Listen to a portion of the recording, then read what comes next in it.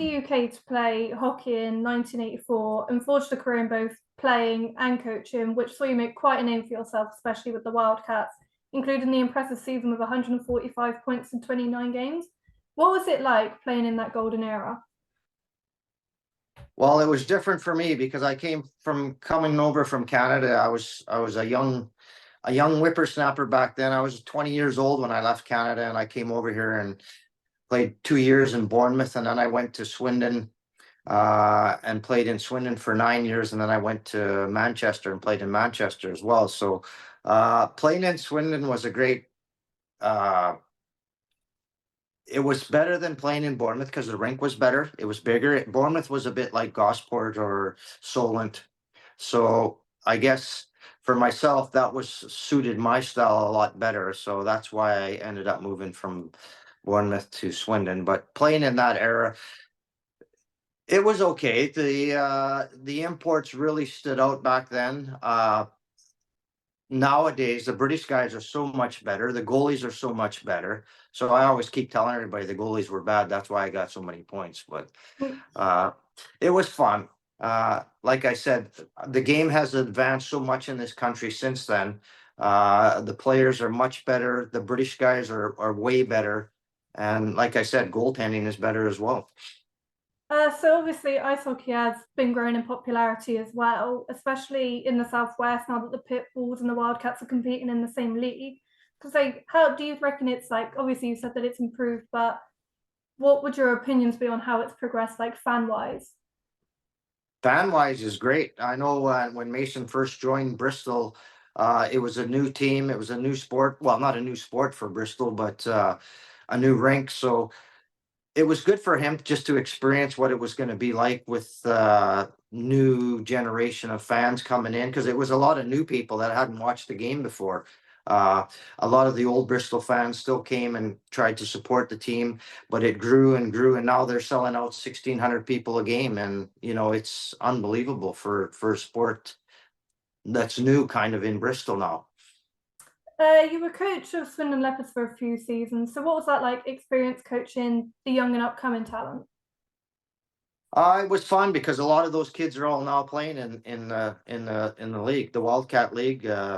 It's I've got Reed Sayers is playing in there. Uh, Elliot Lewis played for me.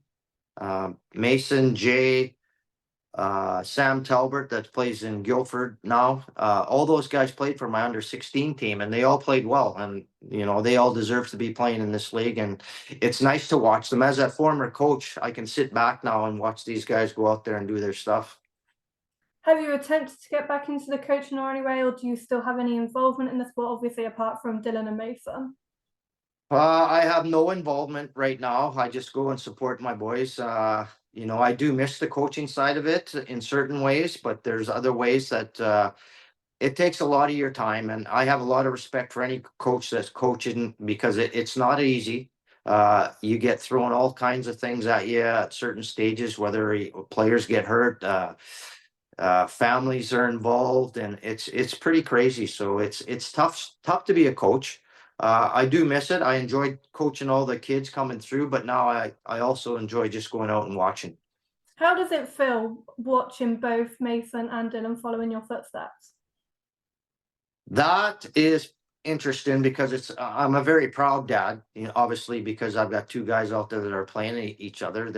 There's an age gap of 4.5 years. So Mason's the older one, and they're both coming on really good. I'm very proud, and like I said, it's nice to watch them play. I get very excited when they're both on the ice together, playing against each other at the same, like in the same shift. So that's really nice to see. Uh, the good thing about the two boys is they have a lot of respect for each other. Uh, they've shown and encouraged each other. They want to see each other do well and be successful. So they're always calling me after games saying, Mason will call me and say, how did Dylan do tonight? And exact same, Dylan will call me and ask me how Mason did. So it's nice. It's nice to see, and it's nice to see both boys out there trying their hardest. If you take us back to early March last year, how did you feel when your jersey number came out of retirement for Dylan?